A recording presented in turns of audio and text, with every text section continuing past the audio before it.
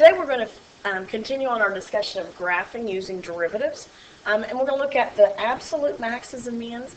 We've been talking about local maxes and mins. We want to now talk about what do we mean by the term absolute, or some books use the term global to mean the same thing. Usually the AP exam is going to refer to those as absolute maximums and minimums.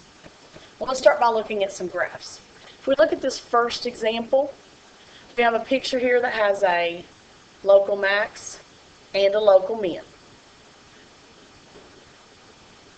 Notice that there's no global max or min. There's no point that's the highest point in that whole graph, or no point that's the lowest point that you'd ever attain in that entire graph.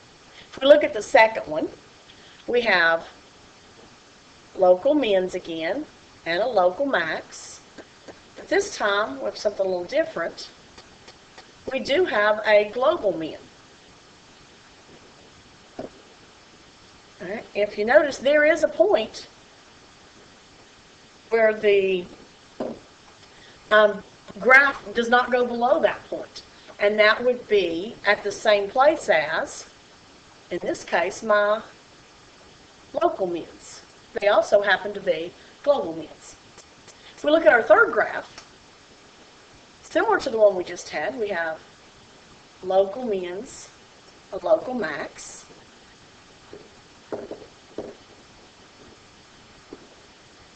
We have a global min. Global min is going to occur same place as the local min, but this time we also have a global max. And this time the global max is in a different place than the local max.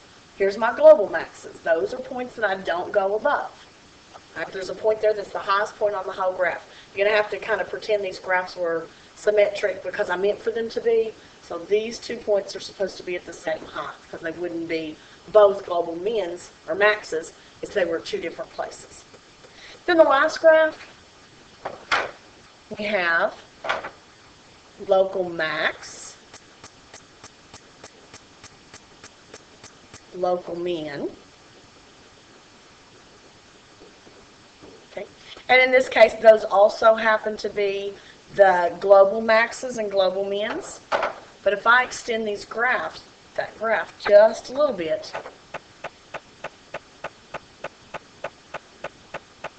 now if I have that graph, my global max is in some place different than my local max, and my global min is also, or absolute min, is also someplace different than my local min. Okay, so what I need you to realize is that local maxes and mins can be in the same place, but they don't have to be. But there is something important about where you do find global or absolute maxes and mins. If you have a closed interval, if you have f of x on a closed interval, meaning from one point of one x value to another, then there is a theorem that guarantees that there has to be a global max or min. Or global max and min, sorry. Now, where can I find those? Well, if you notice, in this case, the global min was at the same place as the local min. Now, in the cases where they weren't in the same place, notice where in this case, the third picture, where my global max was. It wasn't in the same place as the local max, but it was out at the endpoints of the graph. Same thing here. My local maxes and mins were in these locations, but my global maxes and mins were out here at the endpoints. So here's the deal. If you have absolute maxes and mins, they can only occur at either the endpoints or at the local maxes and mins. So that's going to be important. An absolute max or min can only occur at the local maxes and mins or the endpoints. Now please understand, not every graph has an absolute max or min, just like back at our very beginning picture. That had local maxes and mins, but it didn't have an absolute. Okay, so this is really going to tie in a lot with what we've already been doing. So let's look at this problem. I want you to find the absolute max and min for the function f of x equals 3x squared minus 12x minus 9 on the interval from -1 to 4. So you're allowed to look at the points only, the x values only from -1 to 4. Well, using the fact that only global maxes and mins can occur at an endpoint or a local max or min, I'm going to start by finding my local maxes and mins. So let's take a derivative. Well, that's going to be 6x minus 12. We set that equal to 0. We're going to get x is 2. Now, unless they tell me specifically I'm looking for a max or a min, I really don't need to do sign charts for this. What I'm going to do next is I'm going to make an XY table, and I'm going to use my two endpoints, and any point between those that are critical points, which in this case was 2. And then I'm just going to compute the y values for those. So using my calculator, I'm going to put in, and I would do this by storing, -1 and store it as x. And then substitute that into f of x, and I got that x was, or that y was 6. Okay, if I put in 2, I get that the y is going to be -21. And then if I put in 4, I get that the y is -9. And now, using those y values, I can tell you that the global max is at -1,6, because that's the highest y value that I have, and that my global min would be at 2, -21. So in this case, the local min is also the global min.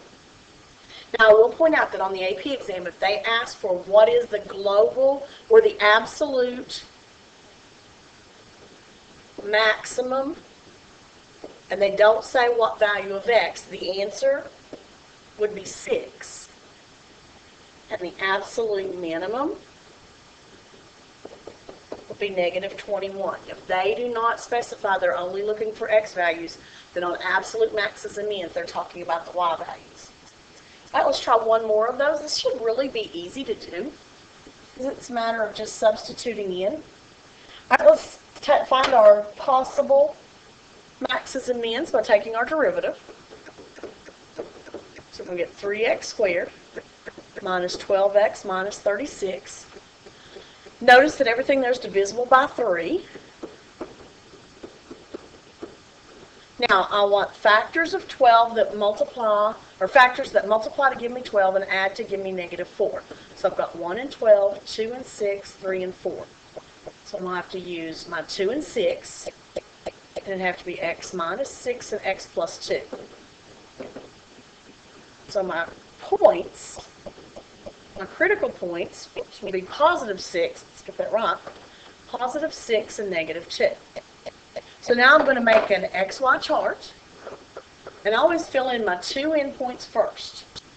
And then any critical points that are between those, which in this case, the only number that's between those two is -2. So I don't have to see what happens at 6, because I'm only allowed to look at the graph up to 5 anyway. So now I'm just going to store those values as x, and then type in my equation.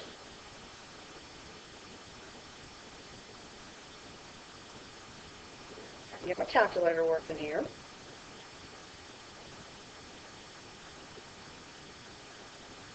Let's try this again. -4 stored as x, x cubed, 6x squared, plus 36x plus 5. There we go. We get -11. I'll put in -2. I'm getting +45. If I put in 5, I'm getting -200. So my absolute max would be actually 45. It would occur at negative 245 for my absolute min.